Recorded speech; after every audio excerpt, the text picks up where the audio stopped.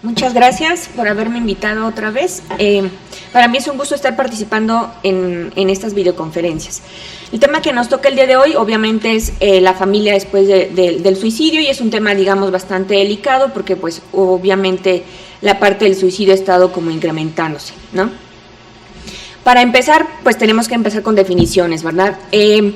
Esa es una definición muy general acerca del suicidio y nos menciona que es cualquier muerte que sea resultado de un acto realizado por la propia víctima, sabiendo que se debe producir obviamente este resultado, es decir, se busca la muerte propositivamente.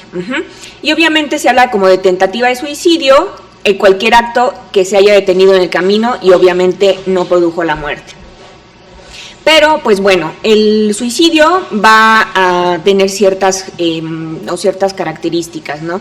Va a tener una parte cognitiva y una parte conductual. En la parte cognitiva la vamos a encontrar desde las ideas de muerte, que es esto general de quisiera ya no estar en este mundo, ojalá desapareciera, que me pasara algo, que Dios me llevara, hasta fantasear con la propia muerte, como ya estar, que es como el preámbulo de la ideación suicida, ¿no? Porque la ideación suicida ya es propiamente estas planeaciones, estos pensamientos que ya empiezan a rumiarnos ahí acerca de qué pasaría si yo me hago tal acto, ¿no? Si me tomo las pastillas que tengo, si le tomo a la abuela todos sus antihipertensivos, si me lanzo del puente. Ya hablamos de una ideación suicida estructurada justamente cuando ya tienen como cuál es el método, a lo mejor el día o en qué situación, ¿no? Muchas veces dicen, pues sé que lo puedo hacer tal día porque mi familia no va a estar, o mi esposo llega tarde, o mis papás llegan tarde del trabajo, o puede que me mete a mi cuarto, mis papás no me van a ir a buscar, entonces ya sé qué día lo voy a hacer, ¿no? O fechas muy especiales, aniversarios, ¿no? Aniversarios a lo mejor también de, pues, una relación de pareja que terminó, fallecimientos. Entonces, todo esto que ya están ahí planeando, que se tiene en la mente, ya se habla de una ideación suicida y obviamente es riesgoso. Ya la parte conductual viene desde el gesto, que es ya conseguí las pastillas, ya las junté, pero me detengo. O ya junté la soga, ya la colgué, pero me detengo. Al intento. El intento obviamente pues por alguna razón se va a frustrar, ¿no? O me descolgaron, o me encontraron intoxicado con el medicamento y entonces me alcanzaron a llevar a un médico y me hicieron un lavado gástrico, o simplemente dormí un día pero no me pasó nada más, ¿no? Hasta propiamente consumar el suicidio, ¿sí? Entonces, digamos, son las partes importantes. Decíamos, el ya que una persona nos esté refiriendo ideas suicidas es un factor realmente de riesgo para que el suicidio se consuma. Entonces, no hay que tomarlo como a la ligera, ¿no? Dentro como de estos mitos acerca del suicidio, muchas veces dicen, es que todos aquellos que están amenazando o que hacen gestos, pues en realidad no lo van a hacer, ¿no? Porque si lo quisieran hacer, lo harían o ni siquiera lo anunciarían. En realidad, no. Las personas, o sea, ha visto que todas aquellas personas que cometieron suicidio, hubo ciertos factores, hubo ciertas cosas que antes pudieron habernos dado como una señal de alarma acerca de lo que iba a cometer. Entonces, no debemos hacerlos mínimo, no debemos hacer como que no es importante, sino como tomarlos como señales de alerta. Hay ciertos factores de riesgo de forma individual para que una persona cometa suicidio, ¿no? Una de ellas, pues cualquier padecimiento psiquiátrico, dentro de los más comunes, digamos, depresión, pero no nada más el tener un trastorno depresivo, ¿no? La depresión puede estar en un contexto también de un trastorno bipolar, ¿no? De un paciente con esquizofrenia, de consumo de sustancias. Entonces, síntomas depresivos se pueden agravar al grado de llevar a una persona a estar con ideación suicida y en algún momento cometerlo. El tener intentos suicidas previos es un factor de riesgo muy importante. Entonces, ya personas que sabemos que han cometido o han tenido intentos suicidas, pues hay que justamente investigarles, ¿no? ¿Hace cuánto fue este intento? ¿En qué contexto se dio? Si fue un contexto impulsivo, si fue un contexto más planeado, si fue un contexto de una discusión, de un momento de frustración o de mucha angustia, si hubo sustancias de por medio. La letalidad también del intento, ¿sí? No es lo mismo que una persona se tome a lo mejor 2 tabletas de paracetamol o 5 tabletas de clonazepam contra me tomo todos los medicamentos que encuentro en mi casa, o ya me colgué pero pues se rompió la soga, o me fui justo a un hotel, me encerré y entonces consumí sustancias y me tomé varios medicamentos y cortes, ¿no? Entonces siempre hay que estar buscando como las características de los intentos previos. Les digo, el consumo de sustancias, ¿por qué? Porque tal vez de por sí la persona ya trae como un consumo previo, pero a lo mejor en un contexto de intoxicación por alcohol o de algún estimulante o de alguna otra sustancia, les sea como más fácil que dicen, tomé valor, ¿no? Las consumí para justo tomar valor y poder realizar el intento. Un abuso sexual reciente es un factor de riesgo bastante importante.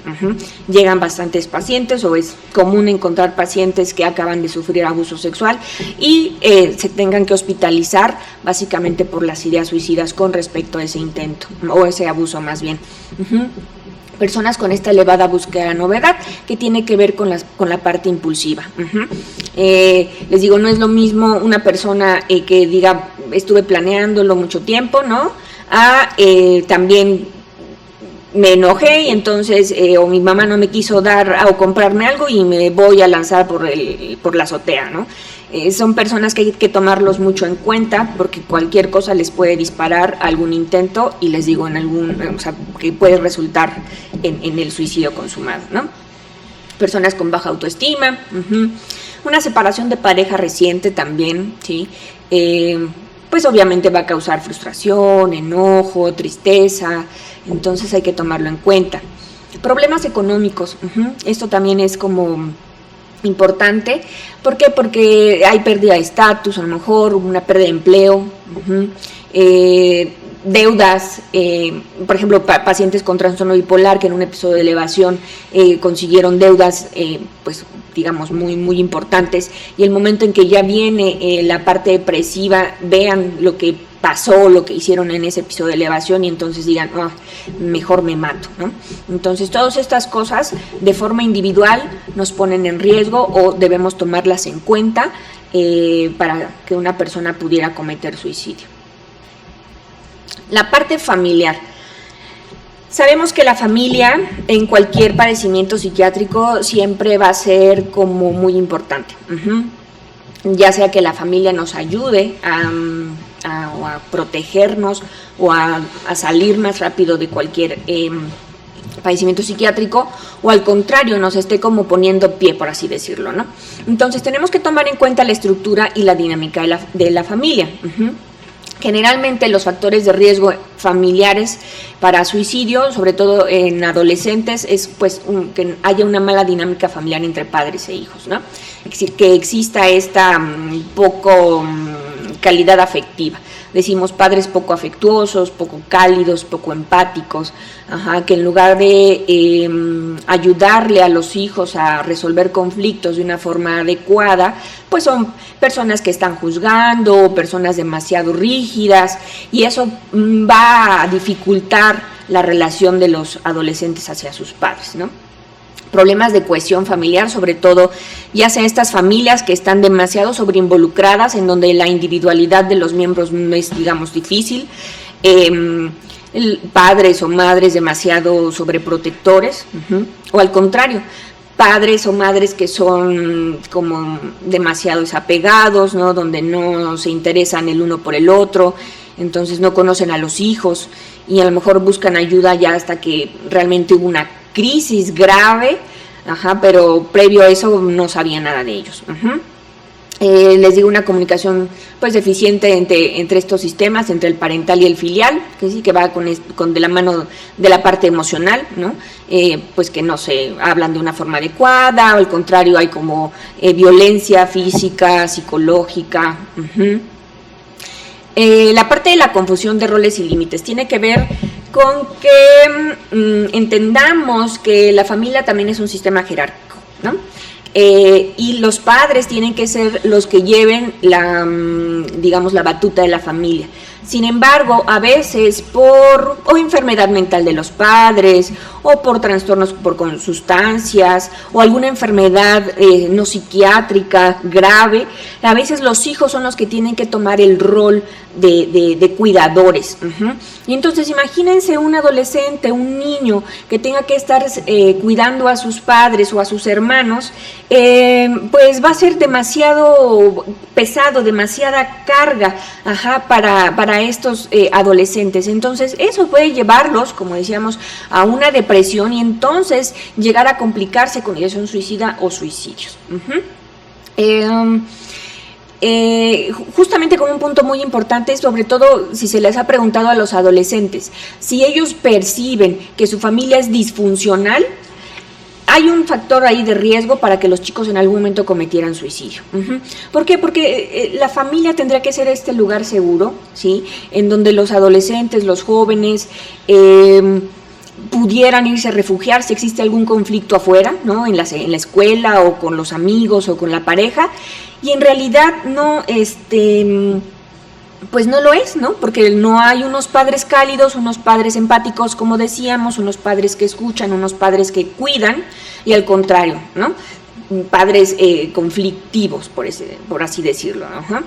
Y algo también muy importante, así como un factor individual es tener intentos previos de esa persona, si alguien en la familia ya cometió suicidio, eso es, digamos, como algo muy, muy, muy importante de tomar en cuenta. Si alguno de los padres, si alguno de los hermanos cometió suicidio de forma reciente, eso nos habla de, otra vez, alerta en la familia para estar cuidando y protegiendo a cualquier miembro de la familia. A nivel social, ¿qué nos podría poner en riesgo? Y esto, digamos, va de la mano con cómo estamos nosotros ahorita viviendo, ¿no? Un vecindario violento. Al hablar de vecindario violento, no nada más es si mis vecinos son agresivos, ¿no? Es cómo se vive la violencia en donde yo resido. Cómo la aceptan, ¿no? Últimamente, pues ya en nuestro país la violencia se ha vuelto como el pan de cada día, entonces es algo como que cada vez vamos normalizando más, ¿no? Ya es común escuchar que nos asaltaron o que se metieron a robar o que secuestraron, ¿no? Entonces vivir en un vecindario violento nos pone en riesgo para mucha psicopatología y por lo tanto en algún momento el suicidio.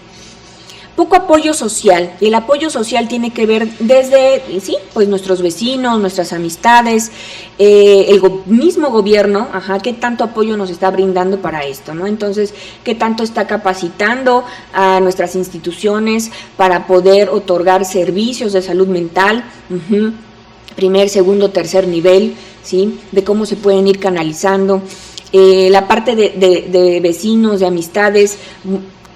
Pongan en visión o vean una persona que está solitaria, que no tiene pues mucha familia a quien recurrir, o la familia, les digo, no es de apoyo, entonces ¿a quién podría mirar? Pues a las amistades, ¿no? Pero si tampoco tiene demasiadas amistades, pues en realidad se queda sola esa persona, y es cuando empiezan a pensar. Y esto a lo mejor lo vemos mucho en adultos mayores, ¿no? Pues si ya mi esposo murió, si mis amistades, mis hermanos ya fallecieron, si mis hijos ya no me visitan, si mis nietos no les importo, ¿qué me queda? ¿No? Pues mejor me muero.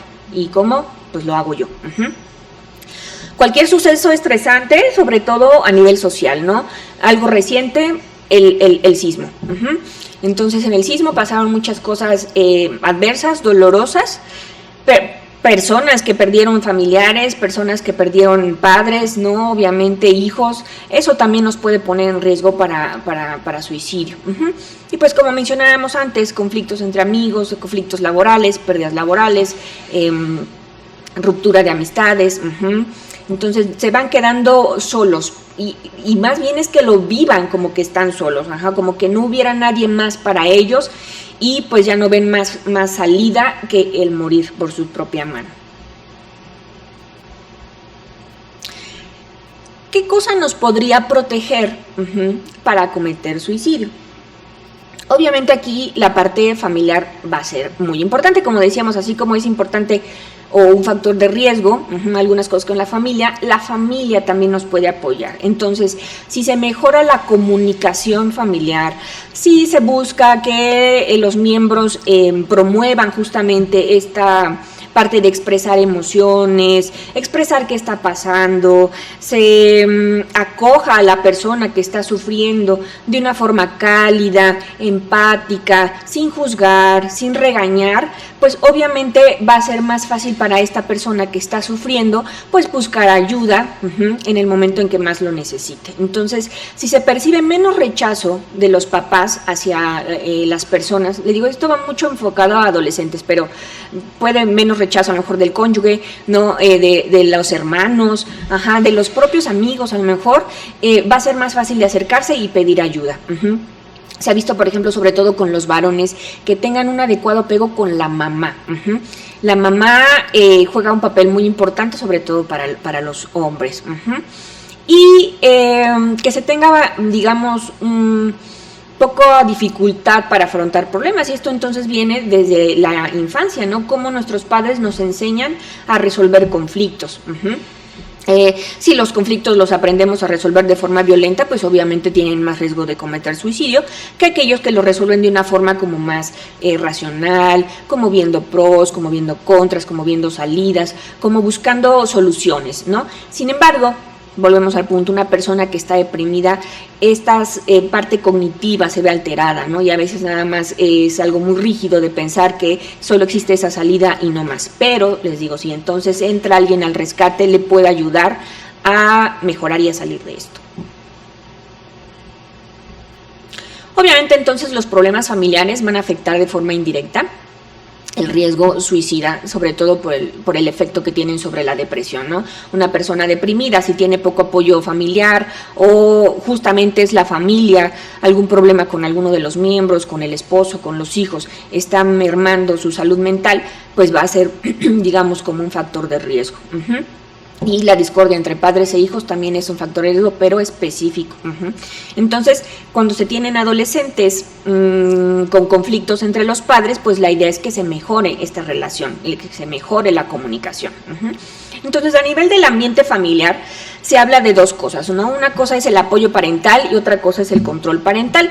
El control parental aquí tiene dos componentes, un conductual y un psicológico. En la parte, por ejemplo, del apoyo parental, es esto que en realidad va a indicar como qué tanta está o qué tan buena es la calidad entre la relación entre padres e hijos.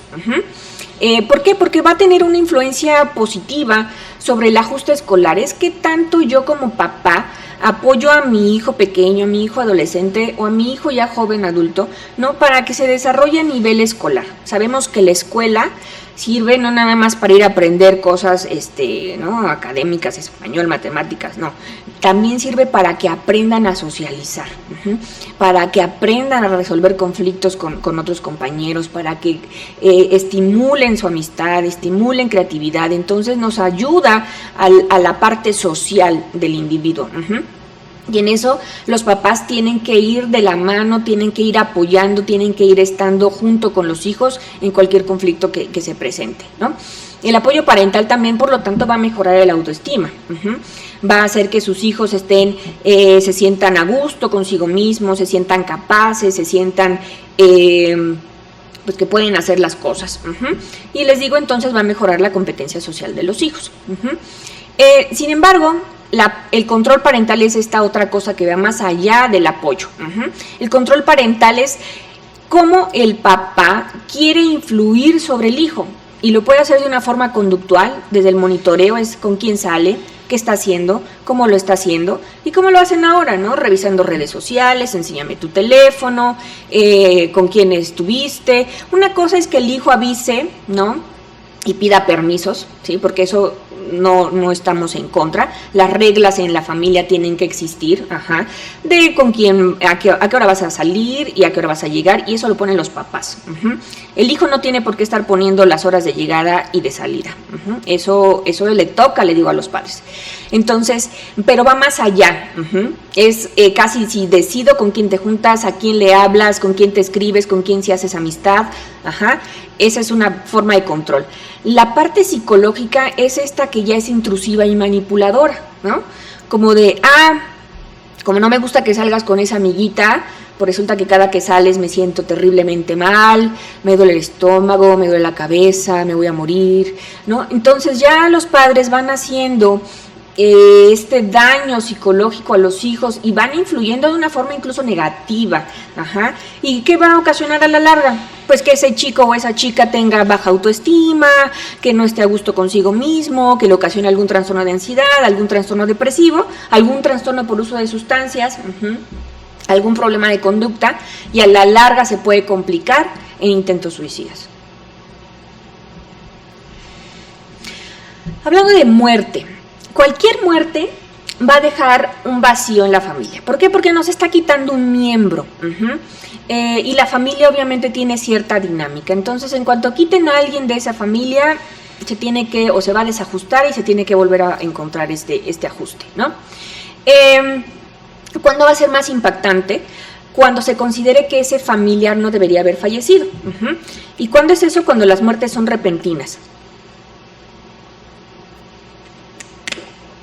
Algún accidente, algún infarto, sobre todo suicidio, ¿no? Y entonces se le va a intentar mantener a esa persona viva de alguna forma.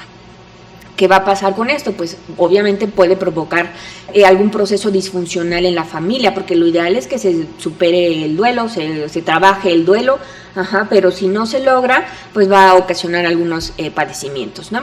¿De qué va a depender? ¿Cómo se va a superar la muerte en la familia? Pues del ciclo vital en el que se encuentra la familia, el ciclo vital en el que se encontraba ese miembro, cuál es el rol que tenía esa persona y las expectativas que se tenían con respecto a esa persona. No es lo mismo que muera un adolescente en el cual a lo mejor los papás habían depositado como muchas fantasías, ¿no? Con respecto a que pues es que mi hijo iba a estudiar para abogado y entonces iba a llegar a la corte o iba a llegar a ser presidente, no sé qué tantas fantasías cada padre tenga, o iba a ser padre, madre, ¿no? Y me iba a dar nietos y ahora ya no voy a tener nietos porque él ya no está, o un padre, ¿no? Pues todavía teníamos cosas que hacer, o el esposo teníamos cosas que hacer, no me tomó en cuenta. Entonces todo eso puede ir complicando cómo se lleva el suicidio.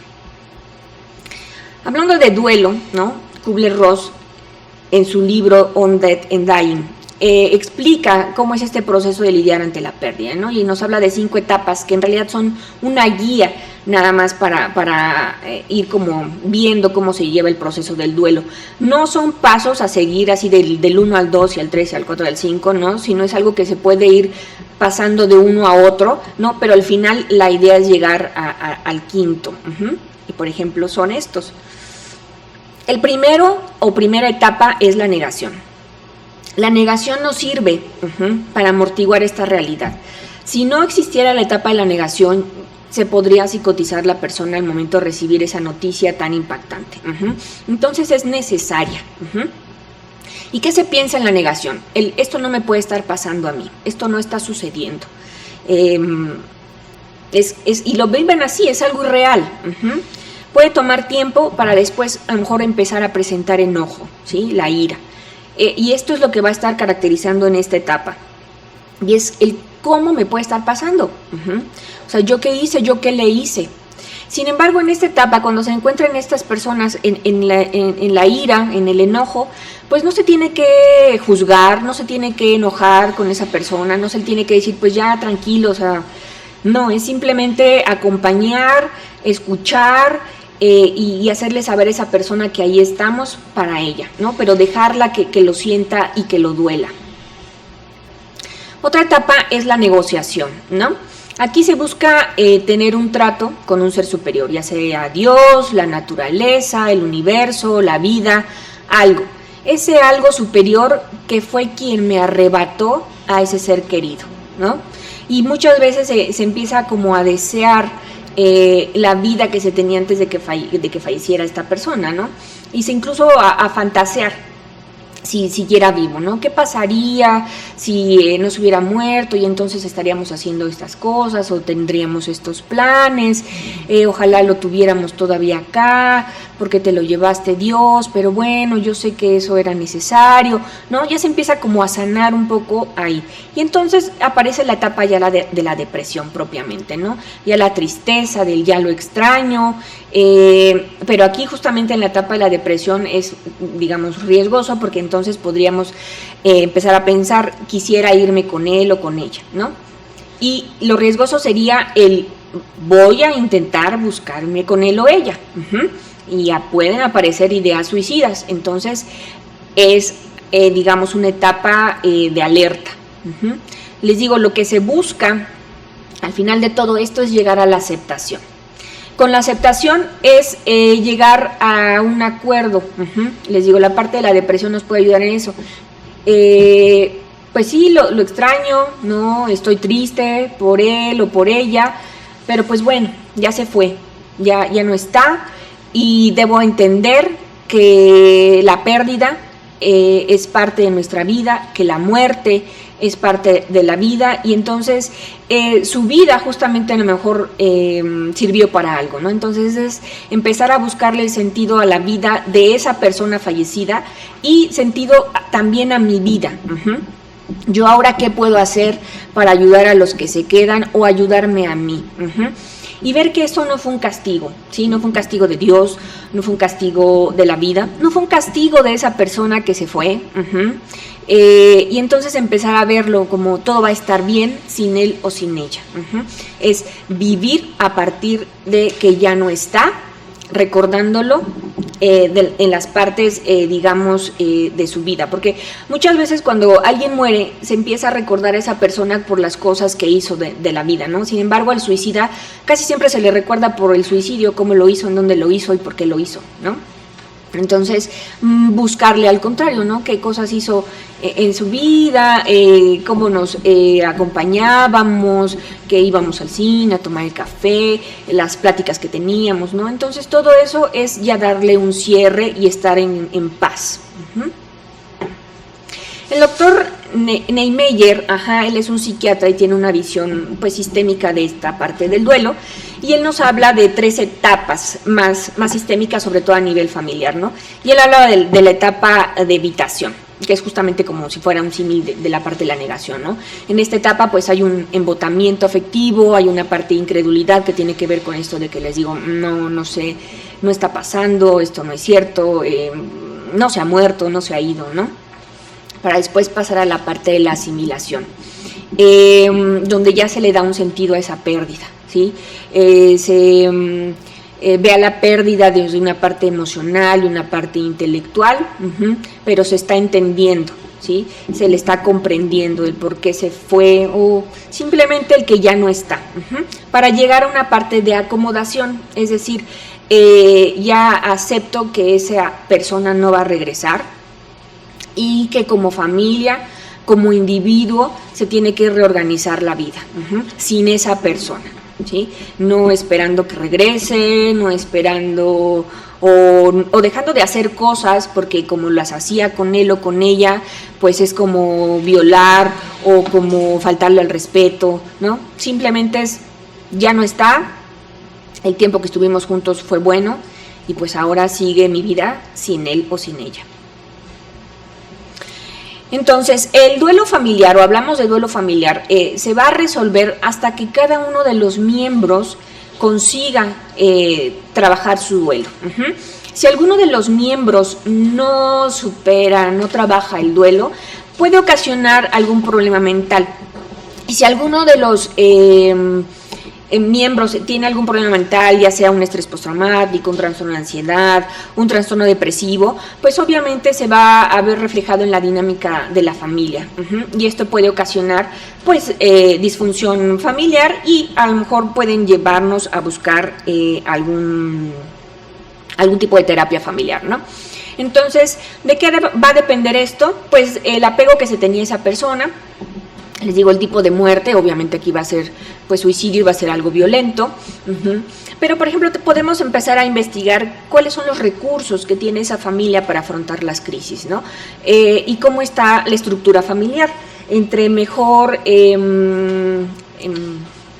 estructurada estén los límites claros, las jerarquías, pues va a ser más fácil trabajarlos, ¿no?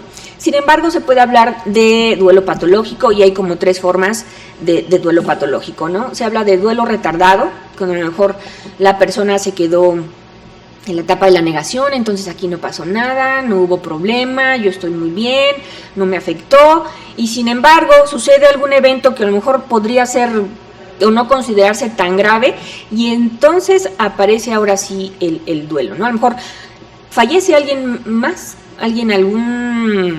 incluso un actor, un cantante, ¿no? Y entonces lo viven y lo sufren intensamente, pero en realidad están sufriendo el duelo del ser querido, de la persona realmente cercana. Otro tipo es el duelo inhibido, ¿sí? Que les digo aquí también como que no pasó nada, todo está muy bien, nadie sufre, pues ya se fue y ahora prácticamente pareciera que llegamos a la aceptación muy rápido, pero en realidad lo están inhibiendo. O el duelo prolongado. Se ha mantenido más allá de 6 meses, 1 año, con los síntomas, digamos, de depresión. Y ¿qué otra cosa vemos en el duelo prolongado? ¿No? Esto de que se mantiene la habitación igual, o no se mueven los objetos, las pertenencias del fallecido, ahí se dejan, y hasta cosas muy, muy como altares ahí en la familia, en la casa, ¿no? Entonces el duelo está siendo, digamos, está viviendo día con día de una forma intensa, ¿no? En lugar de que vayan disminuyendo a lo largo de los meses, continúa prácticamente igual. Entonces, esos 3 tipos de duelo, pues en algún momento van a generar algún tipo de padecimiento mental. Ahora, aunque hay ciertas alertas que nos pueden hacer pensar que una persona va a cometer suicidio, ya el acto en sí muchas veces es difícil de prever, ¿no? Es cuándo lo va a hacer, en qué momento lo va a hacer, no sabemos, ¿no? A lo mejor pueden ser personas que constantemente tienen la idea, ¿no? Y eso es muy común verlo en chicos, chicas que tienen trastorno límite de la personalidad, ¿no? Que constantemente nos dicen, pues yo me quiero matar, y ya sé cómo y cómo. Y vemos y revisamos su historia y llevan años con esa idea, ¿no? Y a lo mejor nunca han tenido un intento. Pero personas que a lo mejor es su primer episodio depresivo y sí dicen me quisiera morir, pero no, y en algún momento lo pueden hacer, ¿no? Entonces, les digo, sí hay señales, pero ya como decir lo va a hacer tal día y tal hora es complicado. Hay que tomar en cuenta y hay que saber que el suicidio, además de afectar a la familia y a los amigos, va a afectar a los terapeutas. No, los terapeutas no se quedan como exentos ante el dolor de una persona que se acaba de suicidar. ¿Por qué? Porque el suicidio es como una bomba. Se avienta la bomba y entonces salen dañados todos los que estaban cerca. ¿Qué va a generar el suicidio? ¿Qué emociones genera?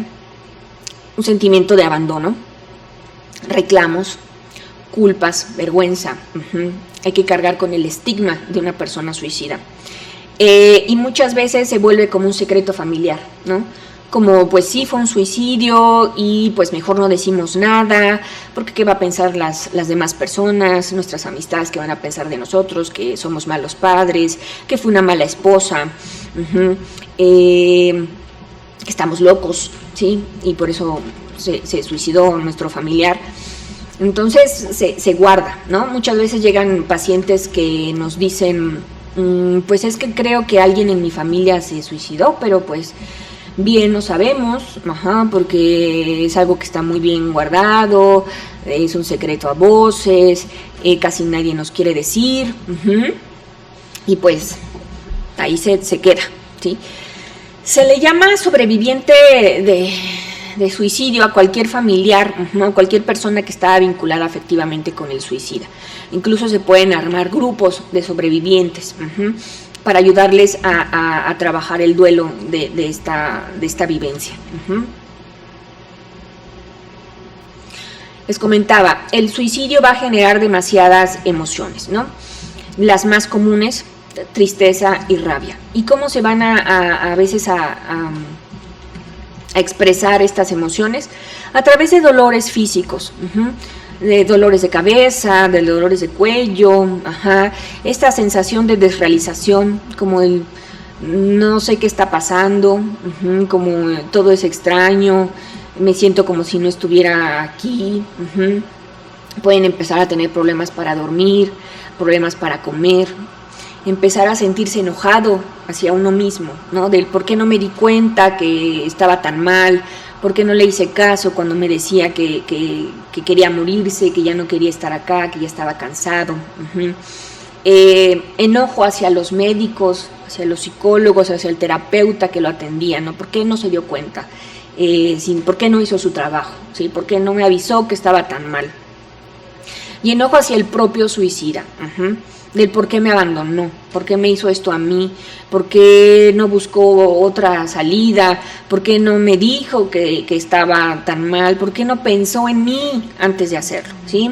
Entonces todas estas emociones están ahí intensas y entre que lo extraño, pero también estoy enojado y es algo demasiado complicado a veces de llevar, ¿no? Si el suicida fue un hijo, empiezan a pensar que fracasé como padre, ¿no?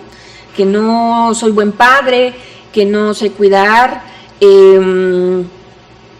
Entonces, si tengo más hijos, ¿qué puedo hacer con ellos? A lo mejor ya no los puedo cuidar igual. ¿Qué tal vez si no estoy sabiendo identificar problemas y entonces mis hijos también van a morirse por suicidio porque yo no estoy siendo buen padre, ¿no? Todo eso puede aparecer en su pensamiento. El miedo también está presente, ¿no? Porque cualquier muerte nos hace enfrentarnos con esta sensación de vulnerabilidad, ¿no? El ver o el que alguien muera cercano a nosotros, y obviamente más por suicidio, es saber que cualquier cosa nos puede hacer morir, ¿no? Que sí nos morimos, que la gente sí se muere, ¿no? Y esto a lo mejor también para los terapeutas, de que digan, pues es que estamos tan acostumbrados a ver personas que amenazan o que tienen intentos y no se mueren, ¿no? Porque luego tienen intentos realmente graves y no se mueren, ¿no? Les va bien, por así decirlo, los encuentran, o ellos buscan ayuda, y siguen y así, y lo siguen intentando, y ver que de repente alguien sí lo consiguió, eso de verdad nos hace darnos cuenta de lo vulnerables que somos, ¿no? Otra cosa, el pensar, y si se arrepintió, pero ya no pudo detenerse, si cuando se puso la soga ya no quería y ya no se la pudo quitar, y si cuando se tomó las pastillas ya no quería pero ya no pudo avisar, si se lanzó y mientras iba cayendo dijo ya no quiero, todo eso pasa por la mente y eso está causando angustia, causando dolor. El sentirse culpable, les digo, la parte a lo mejor como terapeutas de decir pues fracasé para evitar que muriera, fracasé como amigo, fracasé como madre, fracasé como hermano, fracasé como esposo, de que no vi las señales, no me di cuenta y si las vi no les hice caso, no pensé que fueran importantes, no pensé que fuera realmente hacerlo y toda esa culpa se va quedando, ¿no? Y la culpa es más si lo hizo después de una discusión, ¿no? Luego nos dicen los papás, es que pues sí se enojó porque no le quise comprar pues el teléfono y solo fui yo a la tienda y regresé y ya la vi colgada en la sala, ¿no? Entonces todas esas cosas, esas emociones se van ahí quedando y muchas veces se queda con la sensación de necesito ser castigado, ¿no? Necesito sufrir. No merezco estar contento, no merezco estar tranquilo, ¿Por qué? Porque como no le hice caso a esas señales, porque yo soy culpable de su muerte, por mi culpa se mató, yo ya no merezco tener una vida tranquila. Y eso va a ocasionar, les digo, seguramente en algún momento, algún padecimiento mental, ¿no? Depresión o ansiedad. Sobre todo, por ejemplo, con los hijos de suicidas, es sentirse abandonados.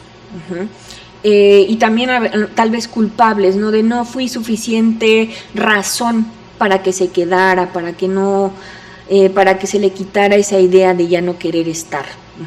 Eso que pasa mucho con los chicos, con los pequeñitos, de pues es que no me quería tanto, y pues me dejó.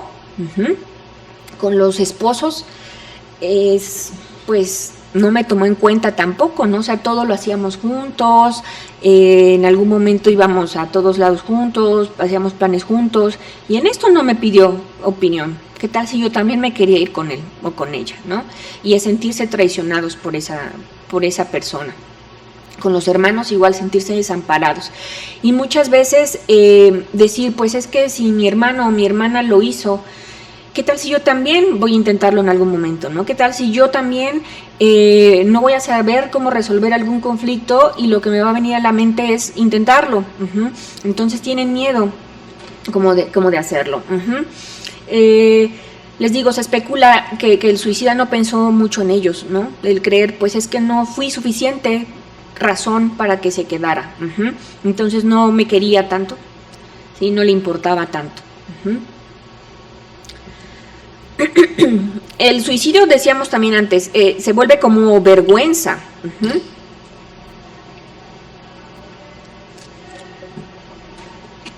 Es vergüenza para la familia. Es un tema tabú. Hablar de suicidio en la familia, hablar de suicidio en la misma persona es como, pues no, mejor no digo que hice esto. Si tienen lesiones, cortes, ¿no? Se las intentan tapar con algo. Y a veces se usa como una forma de protección, como que no nos duela, como hacer que no pasó, que los demás no nos pregunten si estaba enfermo, si tenía algún problema, del cómo lo hizo, pero a veces es más como usarlo como una negación, ¿no? Como si no hablamos de eso, no pasó entonces.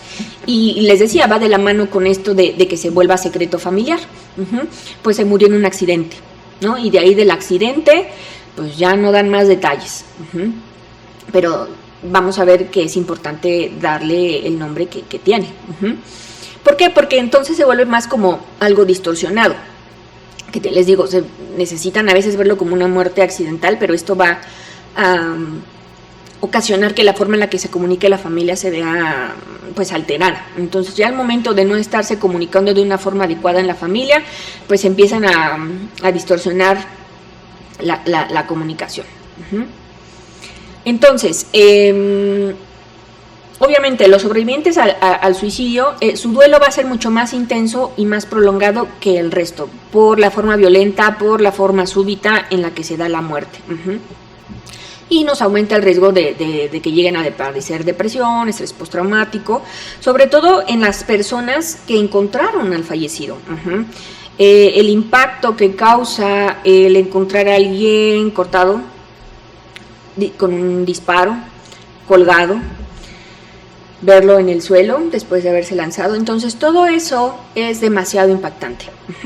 Y por lo tanto, si tiene estrés postraumático, si tiene depresión, lo más probable es que en algún momento presente conductas suicidas. Entonces son personas en las cuales tenemos que estar poniendo demasiada atención. Los sobrevivientes al suicidio, en los primeros días, semanas, hay que tenerlos demasiado cuidados y vigilados por ese motivo. ¿Qué se puede hacer como terapeuta? Incluso desde el funeral empezar como a identificar o a promover que se expresen las emociones, ¿no? ¿Qué te está causando? Enojo, tristeza, culpa, todo eso se tiene que verbalizar, se tiene que hablar, no se tiene que guardar, o sea, no se tiene que promover la negación. O sea, sí fue en el momento impactante en que nos dieron la noticia, pero hay que hacer que fluya lo demás. Entonces se tiene que brindar apoyo Muchas veces, sobre todo aquella persona que era la más cercana al suicida, ¿no? Ver si era uno de los hermanos, si era el esposo, si era uno de los hijos, si era una amistad, ¿no?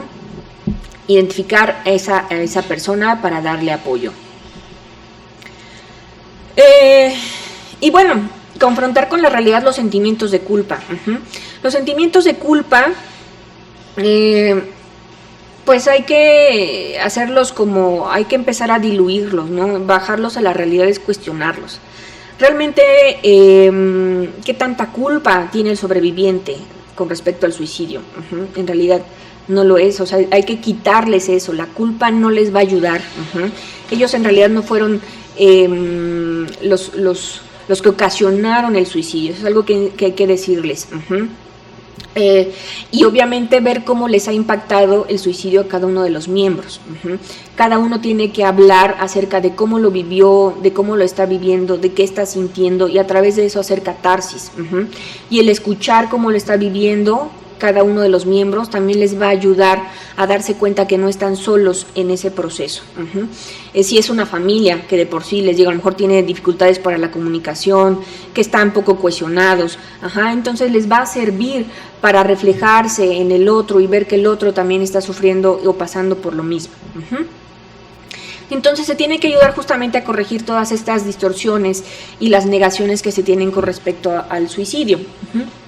Les digo, hay que evitar la ambigüedad del accidente o de lo que pasó, del suceso, no es darle el nombre.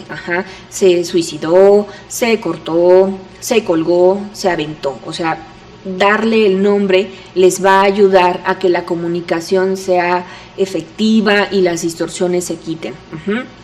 Hablar de cómo sucedió el suicidio, de qué pasó, de qué eventos sucedieron antes. Y algo también muy importante, no juzgar al suicida, ¿sí? No, digo, que son como preguntas naturales que aparecen del por qué lo hizo, por qué no pensó en mí. Al final de este proceso es no juzgarlo. En ese momento fue la decisión que creyó conveniente. No es que sea egoísta, no es que no pensara en los demás. Es simplemente lo único que se le vino a la cabeza que podía ayudarle a terminar ese sufrimiento o esa angustia que estaba pasando en ese periodo. Hay que explorar también cómo las fantasías que se tenían o se tienen acerca del futuro, ¿no? ¿Qué va a pasar ahora a partir de que él o ella ya no está, ¿no? ¿Cómo les va a afectar la muerte? ¿Cómo va a cambiar su dinámica de vida? La parte de trabajar el enojo, ¿por qué? Porque va a ayudar a tener este control personal, ¿no? De sí estoy enojado, sí voy a sufrirlo, pero a la larga me tiene que dar mayor control de mis emociones. El enojo hay que evitar, ¿no? Obviamente que se tengan intentos, que se vaya a agredir a otras personas, justo porque a lo mejor yo creo que la novia tuvo la culpa y entonces voy a agredirla, o el terapeuta voy a ir a agredirlo, ¿no? O sea, ayudarles también a controlar esas emociones. Confrontarlos con la sensación de abandono. En realidad no los abandonaron propositivamente, ¿no? No buscó esa persona dejarlos solos, dejarlos en esta vida de sufrimiento sin ellos. No, eso no era la idea del suicida. No era la idea de lastimarlos en ese sentido.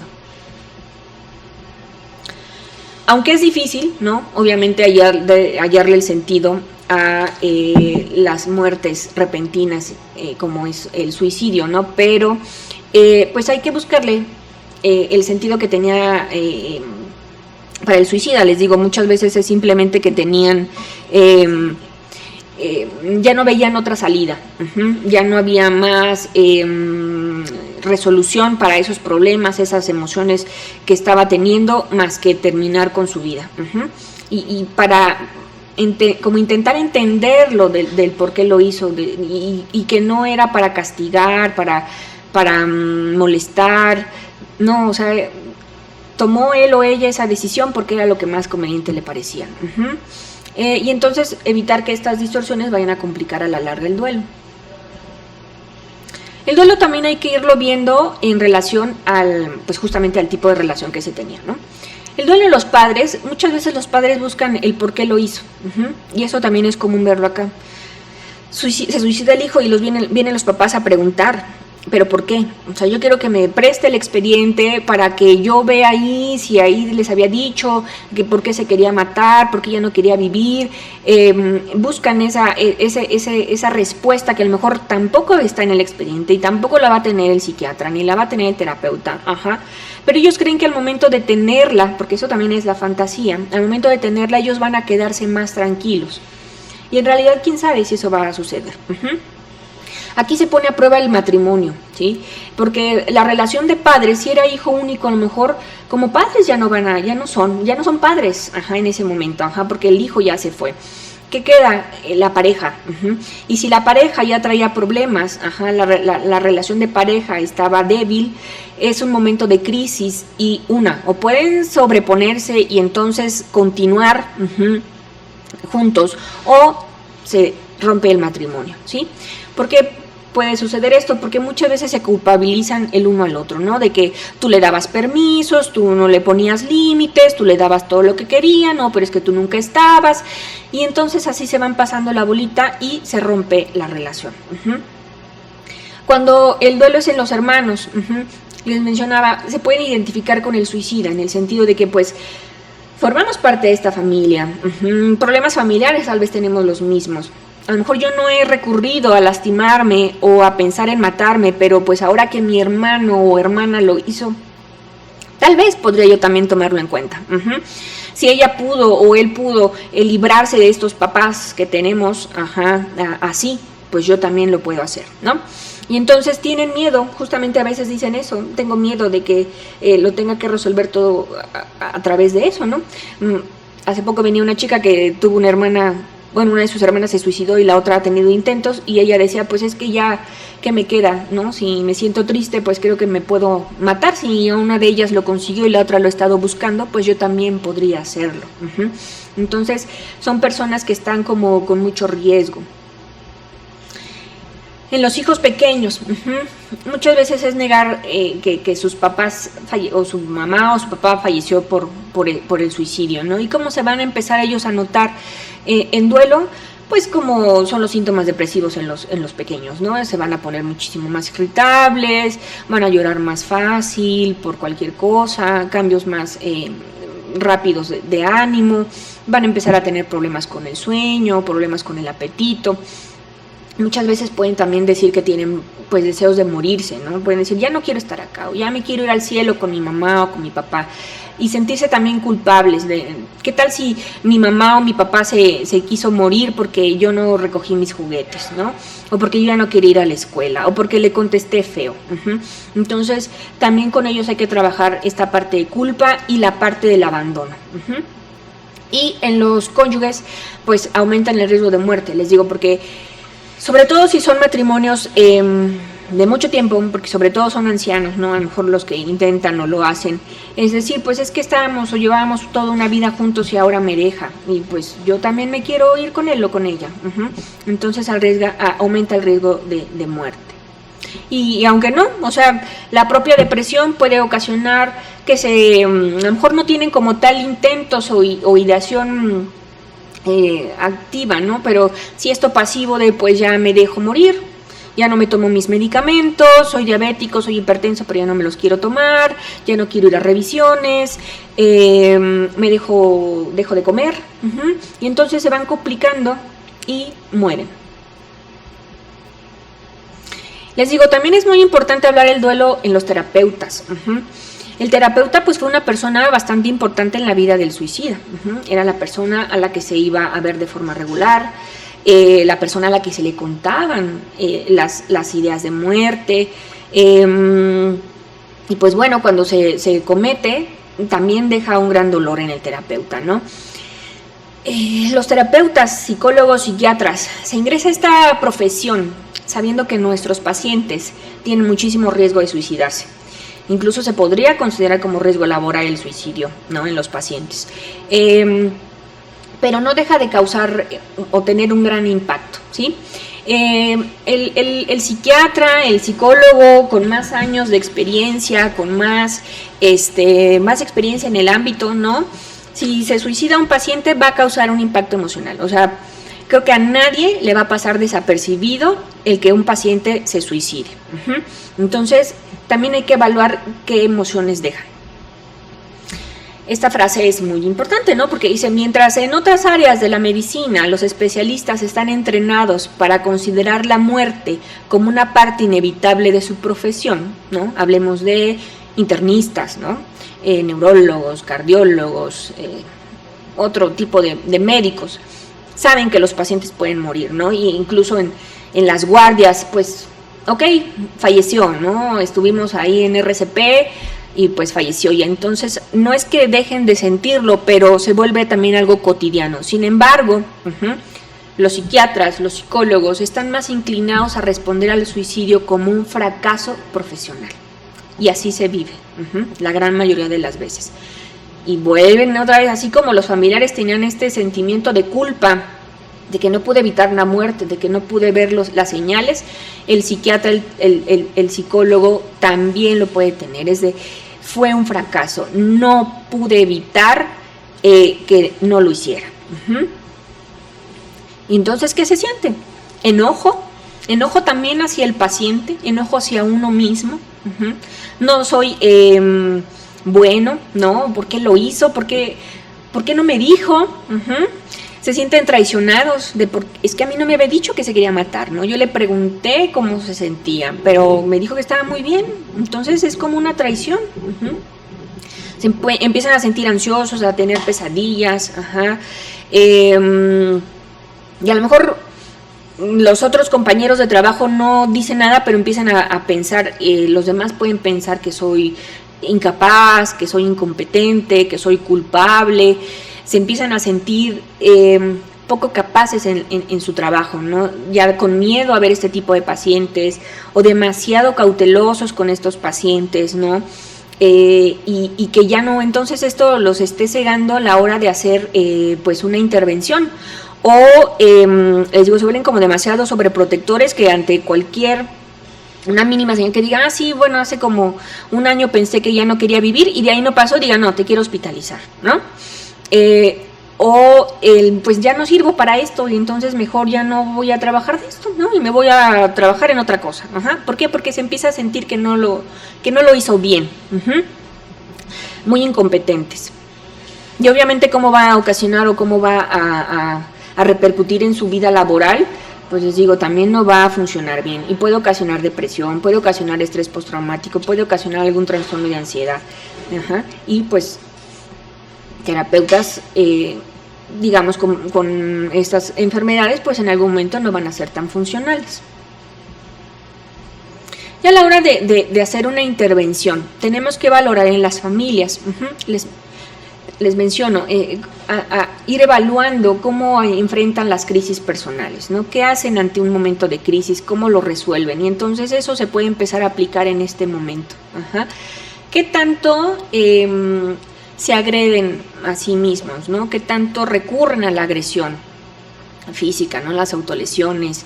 Entonces, si esto fuera algo frecuente, pues tendríamos que tenerlo presente por si llegaran a tener ideación o intentos. ¿Cómo o qué significado para cada uno de los miembros tiene la vida, la muerte? ¿Cómo ven o esperan ellos que va a pasar después de estar aquí? ¿Qué esperan después de la muerte? Muchas veces se puede recurrir a las creencias religiosas, ¿no? De si nos vamos a encontrar en el más allá, si en algún momento todos los miembros de la familia o nuestros seres queridos nos vamos a ver en otro plano, o simplemente somos energía y ya dejamos de estar, ¿no? Todo eso puede ayudar a trabajar el duelo. Ir identificando en qué fase de duelo se encuentra cada uno de los miembros de la familia. Como mencionábamos hace un rato, el duelo familiar se resuelve hasta que todos los miembros de la familia lo resuelven, y entonces identificar recursos tanto de la familia como individuales y como sociales. ¿Qué tanto apoyo social también se puede tener? Hay una etapa en la parte de la intervención que se llama resucitación, que aunque se sienta que algo en ellos murió porque esa persona se fue, se pueden hacer o continuar las actividades que se tenían con el suicida, ¿no? Decíamos, muchas veces se dice, es que si estábamos acostumbrados a ir al cafecito los jueves en la tarde, ya no lo voy a hacer porque pues la persona con la que iba se mató. No. La resucitación justamente es eso, debo continuar haciendo esas cosas, a lo mejor ya no a lo mejor no solo, no a lo mejor invitando a alguien más, pero intentando hacer esas actividades que tenía con el fallecido para no darles como una connotación negativa, simplemente como verlo algo positivo, como incluso un tributo al fallecido. La parte de la rehabilitación, a lo mejor algunos libros, películas, grupos de autoayuda, les digo, hay grupos de sobrevivientes, entonces ir pues intentando buscar otras personas que han pasado por lo mismo, y entonces eso puede ayudarles a ver que no están solos, y van a ayudarles a expresar sus emociones. La parte de la renovación, aceptar que ellos siguen vivos y tienen que trabajar el duelo. Entonces, al aceptar que ellos siguen vivos, les digo, es no detenerse en esa etapa, no es porque el suicida ya no está y se sientan culpables, digan que van a detener su vida, como decíamos, que la culpa les gane y digan, yo ya no merezco ser feliz, ya no merezco estar aquí. ¿Por qué? Porque esa persona se fue y yo fui el culpable. No, estoy vivo, ver las cosas positivas que me deja esa persona y entonces aceptar que ya no está, pero yo sí. Bueno, hablando de resiliencia familiar, que es de las últimas partes. Resiliencia en general es es un proceso dinámico, que nos va a ayudar a superar cualquier momento de adversidad, y el momento de adversidad ahorita fue el suicidio familiar. Entonces, para esto hay que explorar las creencias que se tienen en la familia, ¿no? Por ejemplo, ¿cómo se supera la adversidad? Esto es a través de ver o darle el sentido que las crisis se vean como un desafío compartido, no como algo que no se pueda superar o algo inalcanzable. No, las adversidades son para eso, para superarlas y para crecer. Buscarle esta perspectiva positiva y de esperanzadora, ¿no? Ver qué fortalezas tiene cada uno de los miembros en la familia, para entonces focalizarnos en eso. En la parte de la trascendencia y la espiritualidad es esto que me pasó, que nos pasó, ¿qué aprendemos de esta situación adversa para entonces crecer como familia? No verlo como algo negativo. De cómo nos organizamos, es qué tanta flexibilidad tiene la familia para los eventos adversos, para los cambios, ¿no? Entonces hay que reagruparse, que reorganizarse, y eso puede tomarles tiempo, puede ser más, puede ser menos, pero es dependiendo de cómo la familia antes ha pasado por estas etapas. El apoyo que se tiene cada uno de los miembros, el respeto que se le tiene al otro por el dolor, a lo mejor no todos van a sufrir de la misma forma, entonces se tiene que respetar al otro de cómo lo está llevando, contrario a lo mejor a mí que no lo sufrí tanto, ¿no? Los recursos sociales tiene que ver cómo la familia va a buscar el apoyo de la familia extensa, de las amistades, de los grupos de autoayuda que les digo, de la propia institución, que si pertenece a una institución, por ejemplo, nosotros como institución les llegamos a ofrecer el apoyo tanatológico, ¿no? Es todo esto en donde se acogen como familia para ayudarles a superar todo esto. Les digo, buscar una comunicación clara, les digo, todo tiene que ser coherente entre palabras y acciones, entonces yo pienso, yo digo y yo hago con respecto a evitar estas acusaciones, ¿no? Entre los mismos miembros de decir, por tu culpa se mató, o por tu culpa se deprimió, o tú lo harías de hacer esto. No, les digo, tenemos que ser empáticos los unos con los otros en la propia familia. Y bueno, para resolver los problemas, tiene que ser de una forma colaborativa, poco a poquito, ir haciendo medidas concretas, ¿no? Buscando planes específicos para cada uno de los miembros. Aquí, por ejemplo, pongo resiliencia en los jóvenes, pero en realidad puede ser para cualquier individuo. Para que nosotros trabajemos y fortalezcamos la resiliencia, tenemos factores internos que son propios, y factores externos que es como lo social. Entonces, dentro de los factores internos es yo a nivel cognitivo que tengo, que tiene que ver con el concepto que tengo de mí, que tiene que ver con mi autoestima, tiene que ver también con las razones que yo tengo para vivir, ¿sí? ¿Qué me tiene en este mundo? Soy buena, si me considero una buena persona, si me considero una persona querida, que necesitan los demás. En la parte emocional, ¿qué tanto control tengo yo sobre mis emociones? ¿Sí? No podemos evitar tener emociones, o sea, no podemos evitar que aparezcan, y no podemos decirles unas son buenas, otras son malas, simplemente todas están porque son necesarias, pero aquí lo importante es qué tanto control tengo yo sobre ellas, qué tanto permito que permanezcan y que estén a lo largo del tiempo. También qué metas tengo yo, cómo supero yo la adversidad, cómo controlo mis impulsos, que les digo, no es lo mismo una persona impulsiva, una persona que tiene un poquito más de control sobre estas cosas. También mi habilidad que tengo yo para pedir ayuda, ¿sí? Porque muchas veces es de como yo puedo solo, yo no necesito ayuda de nadie, yo soy autosuficiente, y eso va haciendo tener una carga demasiado emocional. Entonces también me tengo que permitir romperme, permitir que alguien más me ayude a otra vez a colocarme. Les digo, tiene que ver cómo expreso mis emociones, ¿no?